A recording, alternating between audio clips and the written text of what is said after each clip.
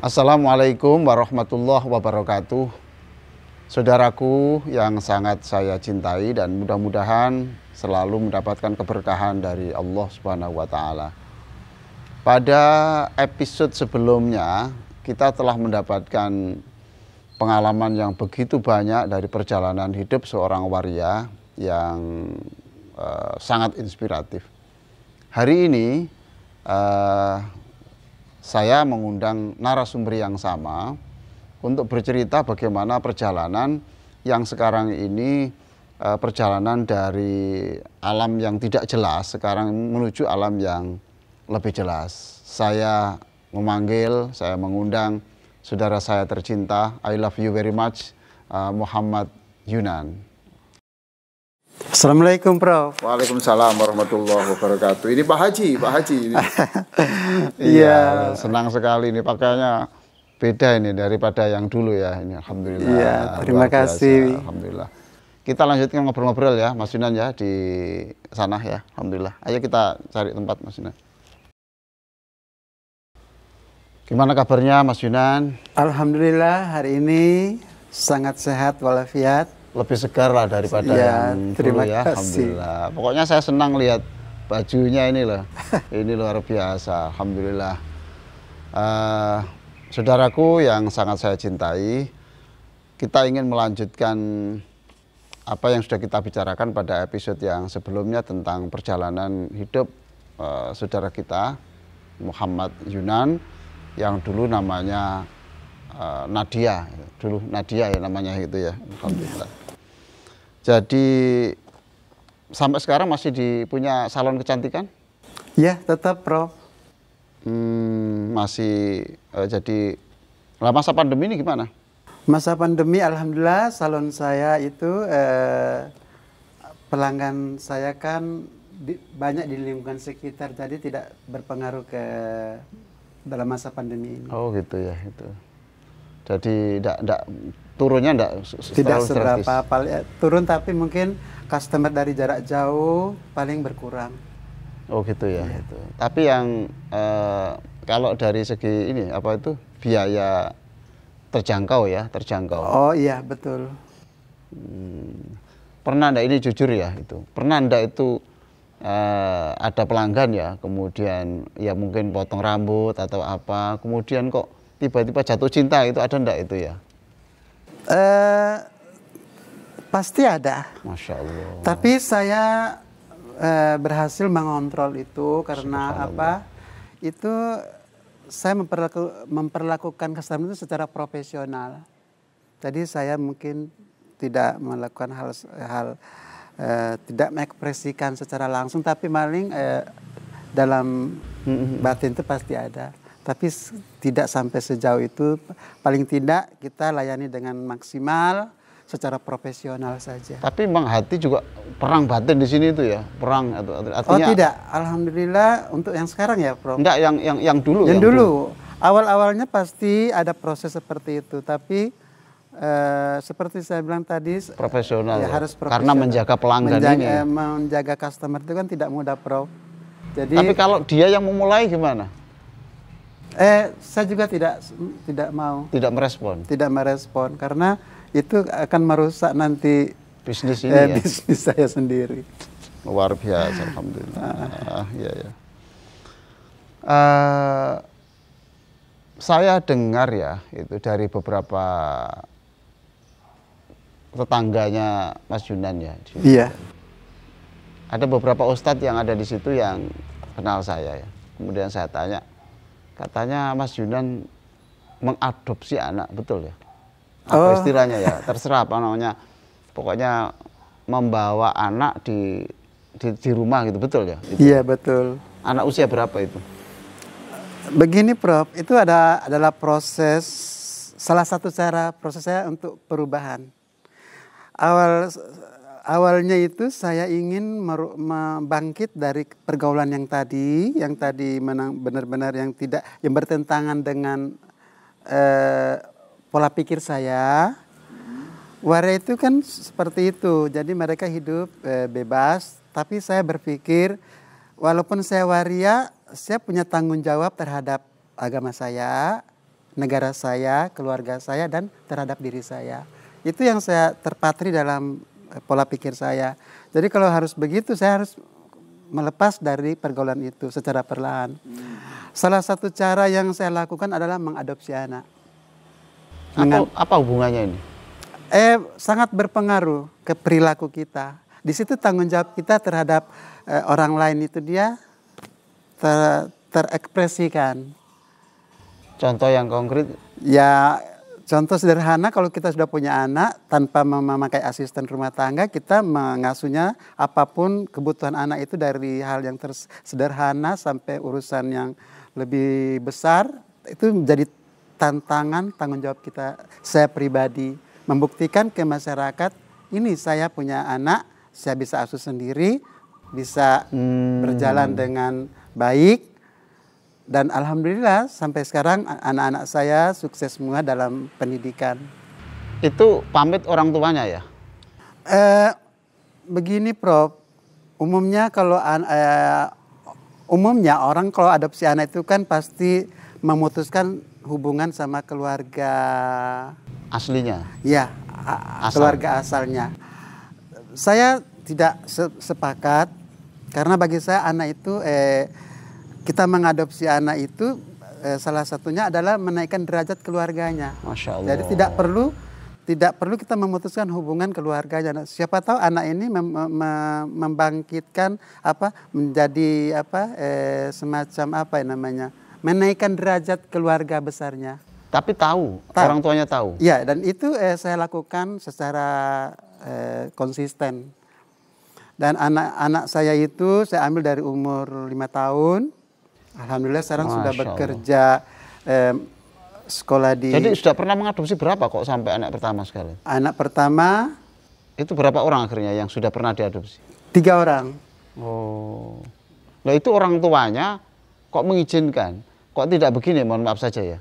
Wah, ini anak saya diasuh seperti dia gitu. Nanti jangan-jangan seperti dia.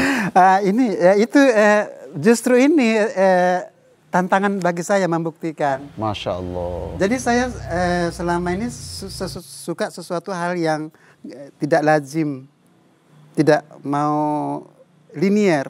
Bagi saya itu tantangan itu jangan dihindari. Tantangan itu harus diterima, karena itu proses pembuktian. Kalau kita berhasil kan nama kita juga. Jadi saya memang awalnya ada keluarga seperti itu. Dan benar, memang betul ada yang seperti saya gitu tuh. Ada, dan jangankan mungkin awalnya saya berencana mengadopsi keluarga terdekat saya, tapi tidak diizinkan. Oh. Karena khawatir seperti apa yang Prof bilang barusan. Akhirnya saya mengambil adopsi anak orang lain, bukan dari keluarga. Dan itu benar-benar saya totalitas. Tapi dari 5 ini ya, 5 itu ya Mas Yunan ya, 5 itu ada ndak yang kemudian tiba-tiba berperilaku seperti waria gitu, ada ndak? Ini justru itu saya katakan ke publik, ada yang mengatakan waria itu akan menular. Kalau kita mendekat ke si ini akan menular, mendekat si itu akan menular, atau si Mas ini dekat dengan saya menular. Faktanya pasangan saya laki-laki normal tidak ada yang seperti itu. Mereka menikah normal dan berumah tangga dengan pasangannya seperti umumnya. Dan bukti yang kedua, saya mengadopsi anak dari kecil, ada yang dari bayi nomor 2 itu putra, ada juga yang sudah gede. Itu jadi yang pertama mulai umur 5 tahun. 5 tahun sampai kedua, sampai sekarang umur 26. Oke, yang kedua umur dari bayi sampai sekarang sudah SMP umur 14 tahun. Sekarang ada yang saya ambil sudah besar banget. Sekarang sudah mau kuliah, sudah mau wisuda. Masya Allah. Terus yang berikutnya? Hanya 3, Prof. Oh, 3? Iya. Oh iya. Mungkin begini, andaikan Mas Yunan itu tidak punya dasar agama, kemudian memperlakukan anak angkat itu kan mereka sudah punya berhutang budi toh. Iya. Mereka berhutang budi toh. Iya. Nah, kemudian melakukan sesuatu yang negatif ya, negatif mungkin itu baru bisa nular. Enggak juga ya. Paham maksud saya itu? Iya. Katakan anak ini diperlakukan seperti pasangan. Iya. Mungkin ini yang bisa menular nanti. Bisa jadi, Prof. Nah itulah mengapa Mas Yunan itu tidak ada di antara anak yang diasuh itu masih utuh, masih baik, bahkan menjadi lebih santri dari sekarang. Karena Mas Yunan tidak ada maksud yang lain kecuali memang pembinaan gitu. Betul, Prof. Gitu. Sebab juga ada kan namanya apa yang seneng anak kecil itu namanya itu? Pedofilia. Ya, pedofilia. Nah itu, kecuali kalau itu begitu ada punya perasaan begitu, Iya. bisa jadi ini Iya. bisa berubah gitu ya. Pernah nggak menjumpai yang begitu? Jadi mohon maaf, pura-pura mengangkat anak. Iya. Pura-pura mengangkat anak, tapi sebetulnya itu jadi pasangan. Ada enggak gitu? Enggak ada ya? Saya menilai sepertinya tidak ada. Yang benar dianggap keluarga. Oh. Jadi Prof mungkin yang saya suka Ya. anggap ini adik saya, Oh, ini gitu. keluarga saya itu bisa. Tapi untuk anak saya Tapi belum menjumpai. ini adik saya, Ya, ini ya, oke. ini adik saya. Tapi Ini sebetulnya di Bali itu ada. Oh, lah inilah mungkin yang akan bisa berubah nanti, ikut berubah mungkin. Kalau berubah, saya pikir tidak berubah, Prof. Paling mereka hanya kebutuhan biologisnya atau kebutuhan materinya aja, tidak sampai mengikuti. Oh. Ini yang kesalahpahaman orang-orang. Kecuali kalau sodomi ya, betul ya? Kalau sodomi ya. Iya. Saya lihat-lihat itu ini dulu diperlakukan sebagai objek sodomi, kemudian dia besar melakukan itu. Itu tidak benar. bagi saya waria sama gay mungkin berbeda. Beda ya. Oh. Ini mungkin menurut pandangan saya. Coba tolong dijelaskan itu. Jadi menurut pandangan saya gay dan waria itu dua hal yang berbeda. Ini yang dipersepsikan masyarakat yang sama, menurut saya keliru. Kalau gay itu lain. Saya pribadi tidak bisa berpasangan sama gay. Jadi kalau gay itu apa? Kalau waria apa? Kalau gay itu dia punya kelainan, tapi dia tetap tampilan laki. Dia tetap tampilan laki. Oke, tapi seneng pada anak kecil. Ya, tidak tentu.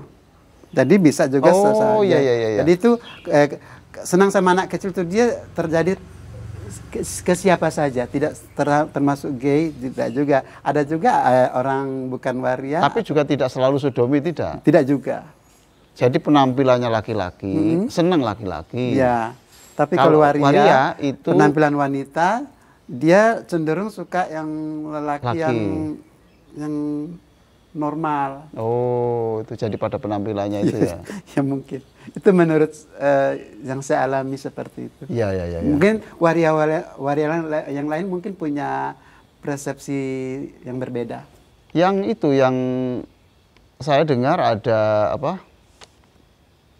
Ada anak yang dibesarkan oleh Mas Yunan yang mendirikan kursus bahasa Inggris di Kediri itu apa? Siapa itu? Bukan. Anak ketiga saya bernama Abri. Iya betul itu. Iya, itu mendirikan lembaga pelatihan kursus bahasa asing di Tempirai, Pali, Sumatera Selatan. Oh, bukan di Kediri, bukan? Bukan. Cuma ilmunya dari ini? Iya, ilmunya dari Kediri, tapi kita terapkan di Sumatera Selatan. Oh. Alhamdulillah berkembang pesat, respon publik di sana luar biasa, termasuk pejabat desa sampai kabupaten, camat, gubernur bahkan sudah merespon. Alhamdulillah banyak yang warga belajar yang menuntut ilmu di lembaga kursus kami itu. Masya Allah, jariah itu, kalau jariah itu artinya sebuah tanaman yang akan dipanen nanti. Iya. Sekarang sudah panen, tapi nanti setelah mati pun saya doakanlah Mas Yunan nanti bisa panen dari itu. Terima jadi kasih. Anak yang asalnya biasa menjadi luar biasa, ya. Anak yang asalnya itu bergantung pada orang lain sekarang justru menghidupi beberapa karyawan, guru untuk itu toh. Ini luar biasa. Itu jadi yang itu anak nomor 3. Ketiga. Anak nomor 1. Anak pertama sekarang sudah bekerja di salah satu bank di Bank BUMN di Darmo, Jalan Darmo. Anak saya itu tamatan Di Jalan Darmo sini, ya, Surabaya. Unair. Wisuda tahun 2018 kemarin. Sekarang lagi menambah pendidikannya lagi di Stesia. S2. Iya. Ya, berarti S2, ambil S2. Iya. Yang nomor 2? Nomor 2 SMP. Sekarang ini? Iya. Oh, tapi masih kumpul serumah? Iya, sekarang yang nomor 1 sudah bisa? Sudah bisa tapi tetap serumah. Oh, masih serumah? Iya, serumah. Yang nomor 3 yang justru Palembang, karena ini faktor masa pandemi, jadi mau nggak mau pulang, dan saya itu asli sana memang? Asli di Palembang. Orang tuanya mengantarkan saya 2017 ke Surabaya 2 bulan di sini dan menyerahkan semua ke saya. Alhamdulillah amanah ini berjalan lancar. Tapi belum ada yang menikah ya? Sebentar lagi sudah mau mantu. Yang anak Abri pertama, itu? Anak Edi Suryanto. Oh, itu ya Mamonto. yang WA saya itu ya? Iya, betul. Oh, itu anak nomor 1. Nomor 1. Oh, iya ya, alhamdulillah. Ini maaf ya Mas Yunan ya. Iya. Dari 3 itu kok laki-laki semua itu. Nah, inilah pembuktian saya ke masyarakat. Saya adopsi anak. Aku juga penasaran apa betul anak-anak saya jadi waria. Dan saya saya menjawab dengan perbuatan. Tak usah kita Jadi melawan melawan opini itu dengan perbuatan, dengan karya, bukan dengan action. Nah, jadi ternyata dari 3 anak itu anak yang normal, anak yang soleh semuanya. Iya. Itu ya luar biasa. Itu seperti dulu zaman Nabi itu juga gitu. Iya. Zaman Nabi itu orang itu paling tidak suka bulan Syawal. Iya. Terus Nabi itu menikah pada bulan Syawal. Iya. Untuk mengcounter itu. Iya. Ya. Nah, pertanyaan saya tadi, kok tidak ada yang perempuan anak-anak yang diasuh? Ini belajar pengalaman dari teman-teman senior waria mungkin ya. Jadi waktu itu ada teman waria yang adopsi perempuan, saat dia sakit mau cebok aja nggak bisa. Saat dia mau sesuatu yang berhubungan dengan pekerjaan laki nggak bisa. Dan itu pelajaran bagi saya. Oh, besok kalau saya punya anak jangan perempuan, nanti repot, nanti mau berbuat sesuatu kayak kita sudah secara fisik nggak bisa. Anak laki-laki kan bisa mengcounter semua, bisa menghandle semua itu. Jadi, dan itu terbukti. Oh gitu ya. Tapi belum pernah coba ya, belum pernah mencoba anak-anak perempuan, belum pernah ya? Bukan mencoba, saya niatkan untuk anak laki karena apa? Dari anak laki ini dia bisa, kan niat saya tadi kan bisa membanggakan orang tua, keluarga. Derajat. Anak laki lebih apa ya? Langkahnya lebih luas daripada anak perempuan. Iya. Jadi alhamdulillah sekarang anakku yang laki yang sudah bekerja, walaupun sedikit hasil dari kerjanya sudah bisa membantu orang tuanya. Masya Allah. Jadi mau mantu ya? Sebentar lagi. Tapi kan begini tuh.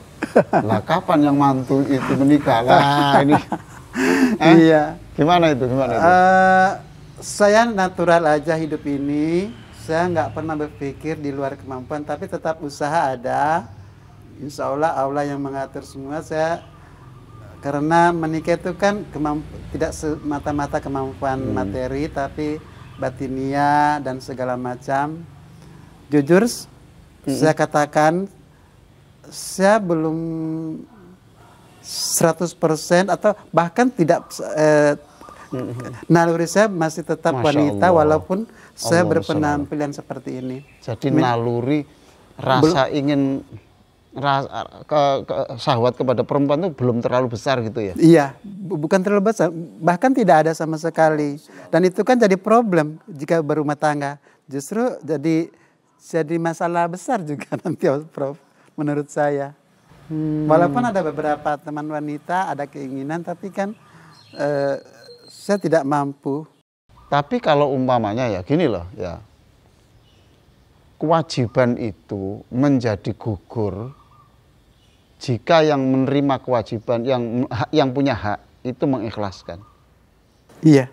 Nah sekarang umpamanya ya jangan mengikuti sunnah Rasul aja lah gitu. Iya. Sekalian, nah, kan sudah pakai coba. Iya. Umpamanya begini, Mas Yunan, saya senang kepada Anda itu. Saya tahu Anda mungkin tidak bisa memberikan kepuasan batin pada saya, tapi saya ikhlas, saya ingin hidup berdampingan terus. Gimana? Ya ini mengikuti sunnah Nabi.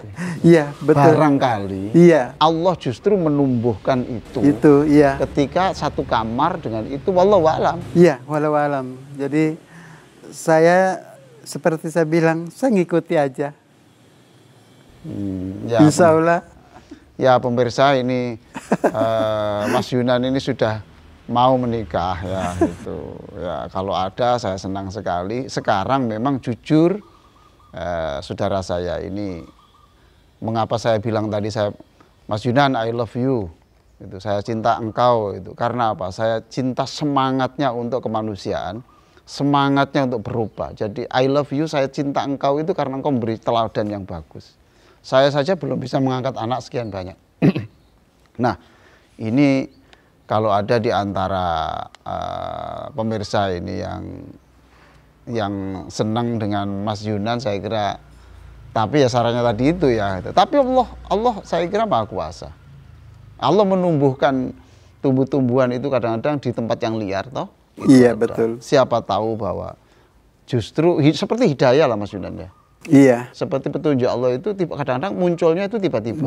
Di luar dugaan. Di luar dugaan. Siapa tahu nanti kemudian ketika menikah itu justru tumbuh. Gitu. Iya, jadi betul. saya justru menyarankan lah Mas Yunan. Iya, terima kasih. Tidak usah takut, saya tidak mau ikut. Jadi kewajiban itu akan gugur kalau yang punya hak itu sudah mengikhlaskan. Iya. Contoh laki-laki yang impoten, dalam perjalanan itu impoten, baru setahun impoten, ya. Lalu sampai umur 60 tahun itu impoten. Loh ini suami tidak dituntut Allah untuk memenuhi itu karena yang perempuan sudah ikhlas. Iya. Saya ikhlas begitu karena hidup saya bukan kok kepentingan itu tapi kepentingan berdampingan. Luar biasa lah, alhamdulillah Mas Yunan telah memberikan contoh yang luar biasa. Tantangan untuk mengasuh anak orang lain tadi sudah disebutkan itu ya. Jadi keluarga curiga. Iya, tantangan yang lain mungkin kalau saya ngantar anak gini Prof. Biasanya waria kalau punya anak angkat kalau ngantar ke sekolah tuh tidak mau, takut anaknya malu atau terima raport nyuruh perwakilan keluarga. Saya tidak mau. Saya tetap dandan sopan, wanita sopan, datang ke sekolah terima raport. Jadi dandan wanita atau iya, tetap sampai lulus SMA waktu terima. Ada saya boleh tahu ada nanti suatu saat saya dikirim ya foto-foto yang berhubungan masih cantik lah. Iya, berhubungan dengan kegiatan di sekolah. Loh enggak foto-foto yang masa masih cantik-cantiknya lah begitu. Ada ya, nanti suatu saat dikirim ya gitu ya. Iya. Alhamdulillah lah. Saya ingin tahu, kan saya tahunya kan sudah begini gitu ya. Iya, betul. Jadi pada waktu berdandan perempuan cantik itu ya tetap ngambil rapornya anak. Iya, tetap dandan. Anaknya enggak malu, enggak? Alhamdulillah anak-anak secara mental mereka paham, sadar orang tuanya seperti saya. Allah. Dan itu luar biasa. Terima kasih anakku. Allahumma sholli ala Muhammad. Edi, Putra dan Abri, terima kasih mendampingi saya selama ini. Kalian luar biasa banget. Apapun omongan orang lain, subhanallah, mereka tetap mencintai saya, menyayangi saya, perhatian sama saya. Karena kenapa? Saya terbuka, tidak ada yang ditutupi dari hati saya, pure, tulus, tanpa membatasi kegiatan kalian. serahkan apa yang kalian inginkan selama positif, saya dampingi, saya bimbing. Seperti itu, Prof. Mungkin saja ya itu ya. Allah memberikan cahaya besar untuk Mas Yunan. Waktu itu kan belum ada niat untuk berubah toh. Waktu mulai mengadopsi anak itu kan belum ada niat untuk berubah. Saya merubah ini bertahap, Prof. Jadi awalnya perubahan itu berawal dari lingkungan dulu. Saya merubah lingkungan pergaulan terutama. Ya. Jadi merubah lingkungan dulu. Ya. Jadi bagi saya perubahan itu seperti ibaratnya gelas. Gelas itu kalau separohnya gelas itu ibaratnya diisi madu. Tapi masih ada racunnya, tak akan bisa diminum. Oh. Jadi harus kosongkan dulu racun dalam gelas itu baru bisa diisi madu. Mungkin seperti itu. Jadi bagi saya merubah itu ada 3 fase, yaitu kosongkan diri. Kosongkan diri artinya kosongkan diri kita dari pergaulan negatif. Kedua, hiasi diri. Hiasi diri itu yaitu kosongkan diri, hiasi diri. Hiasi diri artinya melakukan hal yang positif. Perbuatan positif dilakukan. Kalau kita belum mengosongkan itu sebab berpositif, itu tak akan konsisten. Pada saat itu Mas Yunan juga sudah sholat di masjid? Iya, kalau sholat saya rutin. Nah, tapi kadang-kadang bolong di... Enggak, itu di shop perempuan apa di shop laki-laki? Shop laki, ya tetap laki. Saya tetap... shop laki-laki ya? Tetap laki. Untuk hal yang ibadah saya tidak ada, untuk hal agama saya tidak akan... Jadi tidak pernah pakai mukena? Tidak pernah. Oh. Bagi saya dandan wanita ini hanya bersifat keduniawian. Hanya faktor hubungan pergaulan saja, tidak lebih dari itu. Tapi juga ada yang jijik juga ya mungkin ya. Ada yang sarisi juga ya mungkin kanan yang kiri. Menarik, Prof, yang menarik bagi saya itu kalau saya ke masjid, kalau mau masuk ke masjid pasti jemaah yang sudah kenal saya pasti panggil Mbak Nadia. Loh, sampai sekarang? Iya, sampai sekarang Mbak Nadia. Yang lucunya pasti di masjid itu ada yang tidak kenal saya. Itu terkaget-kaget, lu kok perempuan di sini. Karena panggilnya Mbak tadi Nadia, itu. Tapi ya mungkin juga karena performanya mungkin. Iya, karena aku kalau ke masjid biasa kan rambut saya kan panjang dikuncir, pakai jubah panjang. Jadi kalau lihat dari belakang kayak perempuan. Jadi orang pernah menegur saya, jamaah yang tidak kenal saya, Mbak, jamaahnya perempuan di sana, bukan di sini. Astagfirullahaladzim. Baru dilihat, wah maaf.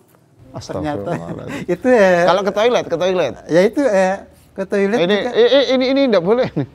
Ya, pernah juga ya? Pernah itu, terutama saat dandan. Tapi kalau setelah dandan tidak.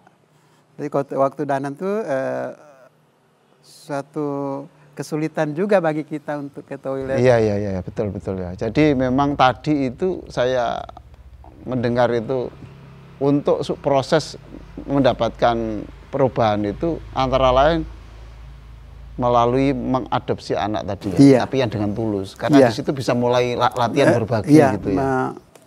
Melatih kita biar terbiasa dengan hal baru. Karena hal-hal baru itu kan pasti warianya, biasa waria kan suka dengan hal-hal yang bersifat kesenangan belaka, foya-foya. Akhirnya disalurkan untuk itu. Kalau kita adopsikan sisi kemanusiaan sosialnya kan terlihat. Baik ya, subhanallah. Pemirsa, saya ikut hanyut dengan cerita Mas Yunan ini yang masih dipanggil Mbak Nadia di beberapa masjid itu ya, masih begitu.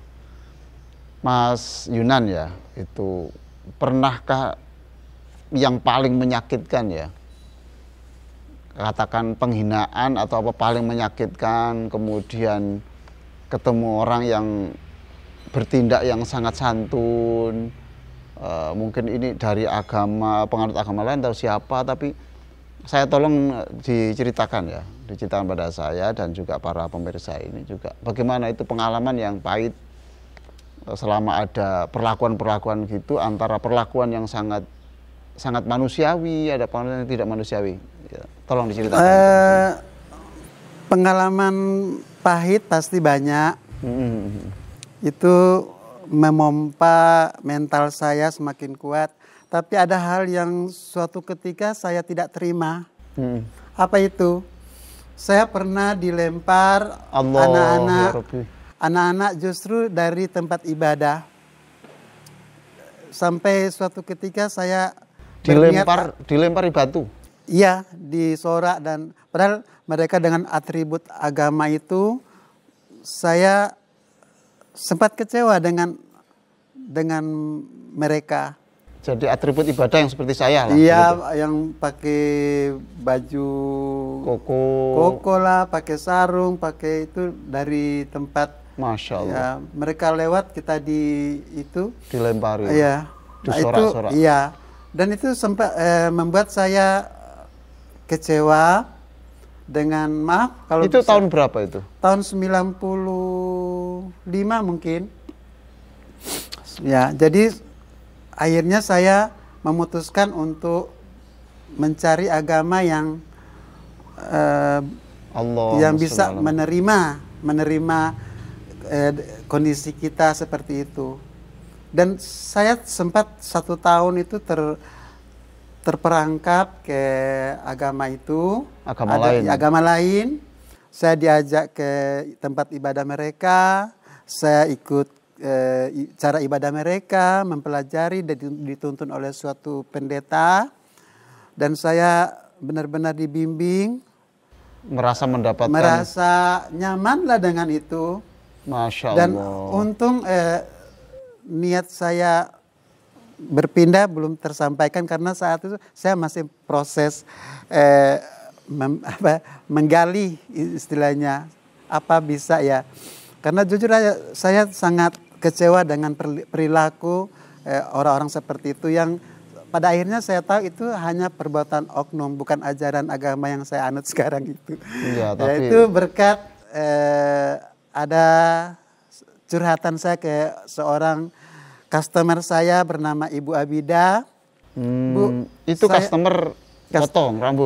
Customer potong bernama Ibu Ustazah Abida. Betul. Saya curhat, Bu, saya galau. Itu mahasiswi saya, ingat saya itu. Orangnya agak semampai lah. Iya, ya. Seusia kita juga. Terus ramah itu, ingat saya iya, itu. Iya, betul. Curhatan saya ke dia direspon. Saya benar-benar waktu itu saya bimbang.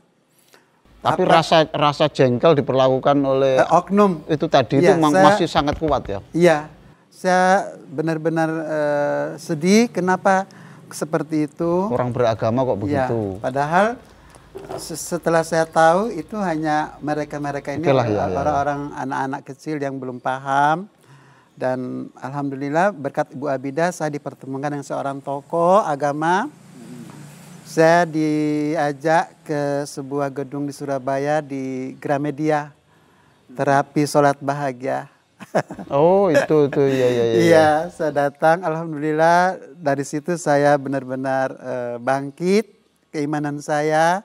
Saya tahu agama Islam yang luar biasa, bisa menerima apapun kondisi kita.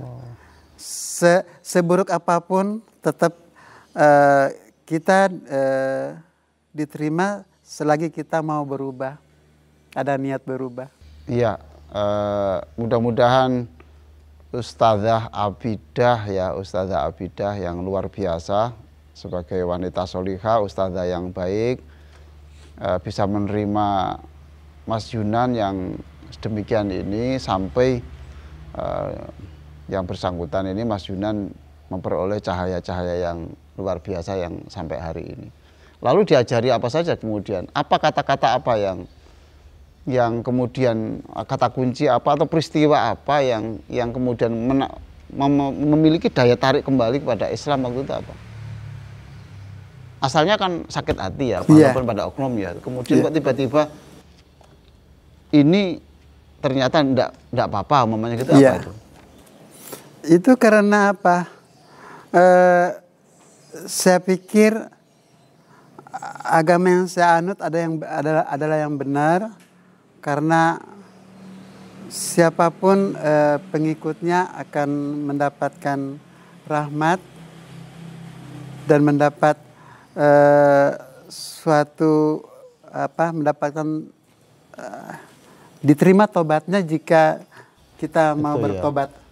Oh itu ya kata-kata itu ya. Jadi kita kalau bertobat itu akan diampuni. Ya betul. Jadi siapapun yang menggendong, memikul dosa sampai di langit tertinggi, digelar di bumi pun itu tidak muat, tetapi dia mau berjalan kepada Allah itu memang ada itu memang hadis qudsi itu ada begitu Mas Yunan. Jadi siapapun orang yang memikul dosa sampai ke gunung, enggak sampai ke langit, digelar di bumi tidak cukup, tapi dia mau melangkah kepada Allah, itu mau melangkah saja. Itu Allah mengatakan, jika kamu melangkah, aku akan menyambutmu dengan berlari. Aku akan menyambutmu dengan berlari. Jika kamu langkahmu seluas ini, sepanjang ini, aku akan melangkahku selangkah kaki. Jadi seperti itulah, luar biasa. Nah, mulai kapan Mas Yunan ya, mulai kapan diingat-ingat ya, katakan deklarasi gitu ya, deklarasi bahwa saya ini sudah benar-benar laki-laki gitu. Itu mulai kapan? Saya membagi proses berubah ini dibagi 3 tahap. 3 tahap. Tahap pertama tahun 95 saya memutuskan hubungan pergaulan dengan komunitas saya. Memutuskan hubungan dengan komunitas. Ya. Terus tahun 2000, terus 2000 saya mengadopsi anak. Itu lebih ke kegiatan. Jadi dulu itu pertama itu belum waktu merubah pergaulan tuh kan masih sangat sulit ya. Jadi butuh waktu yang panjang. Masya Allah. Karena kalau saya belum siap merubah pergaulan saya, terus saya adopsi anak, bahaya buat masa depan anak saya. Jadi saya benahi dulu pergaulan saya, baru saya adopsi anak. Yang satu tahu namanya siapa? Eka, siapa? Edi, 2. Putra, Abri. Saya masih ingat Abri itu. Iya, Abri. Ananda, Abri, Ananda, siapa tadi? Edi, Ananda, Putra ya. Inilah ayahanda, ya betul ayahanda. Kalau mah ibunda mereka, apa ayahanda? Maaf, Prof. Di anak-anak saya tuh saya nggak waktu karena saya masih dandan ya, saya nggak mau dipanggil papa atau mama. Jadi di saya tuh ada anak saya kayak Abri panggil kakak.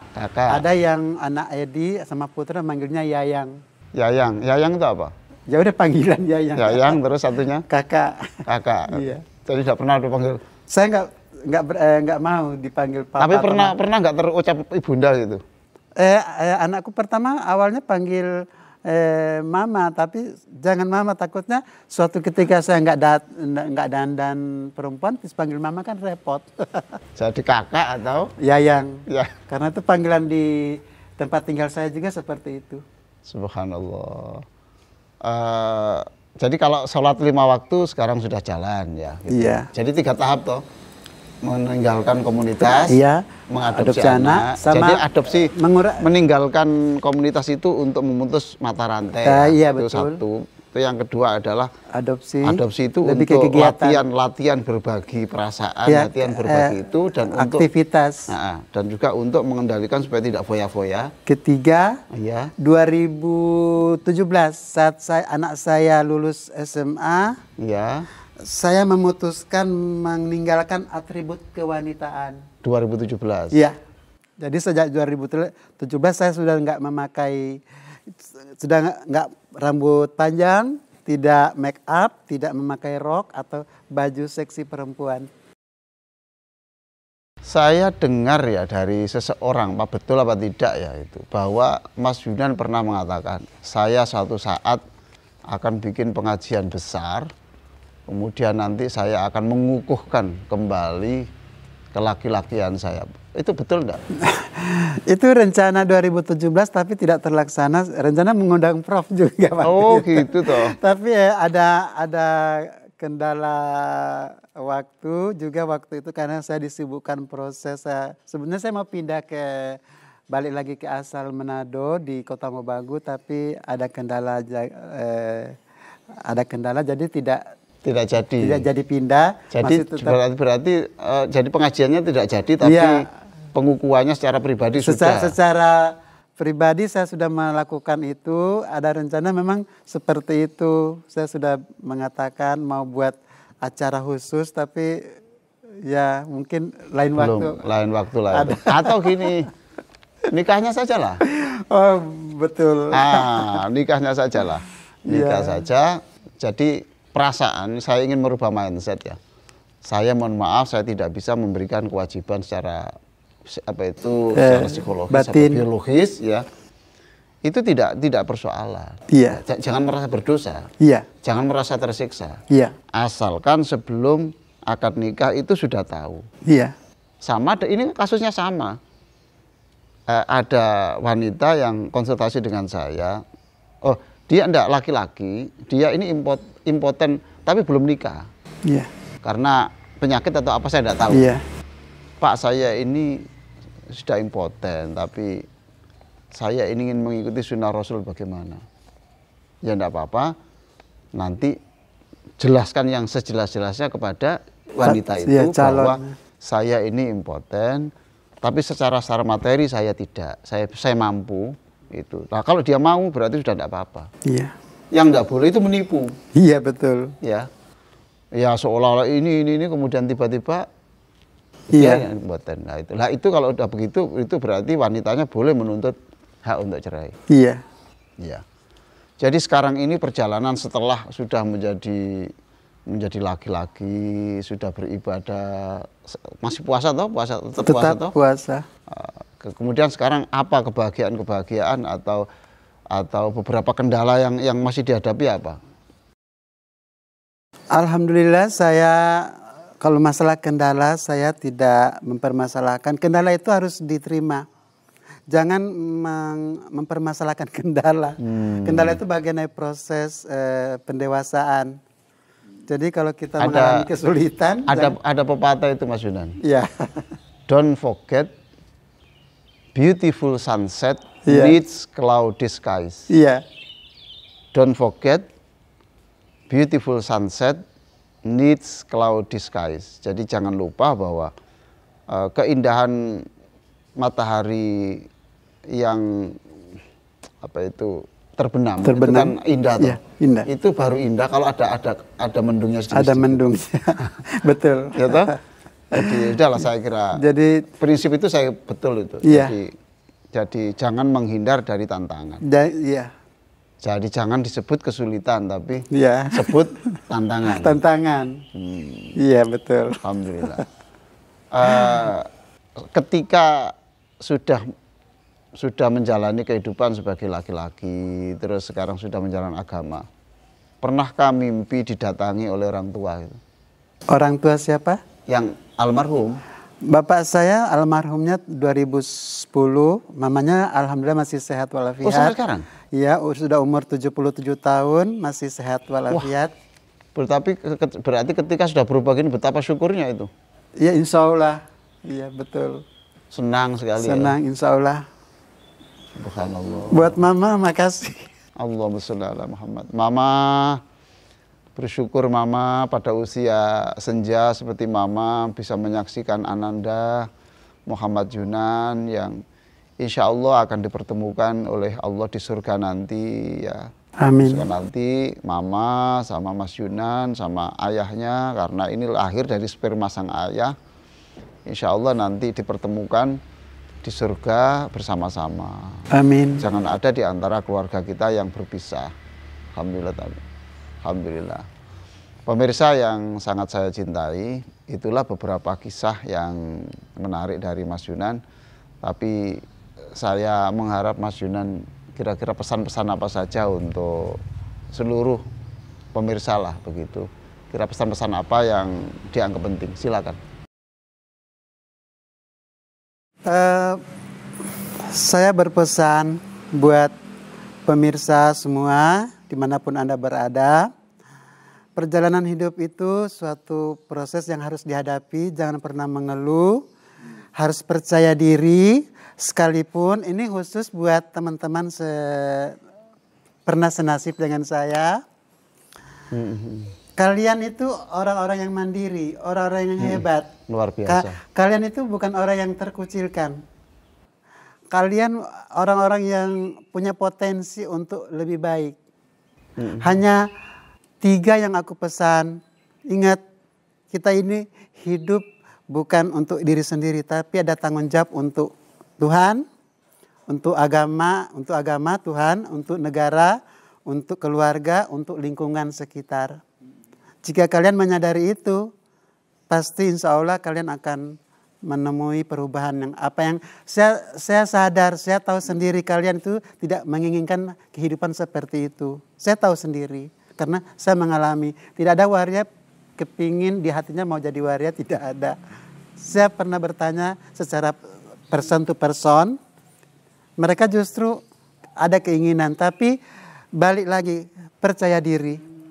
Mereka minder, mereka merasa tidak ada yang mau menerima, dan saya yakin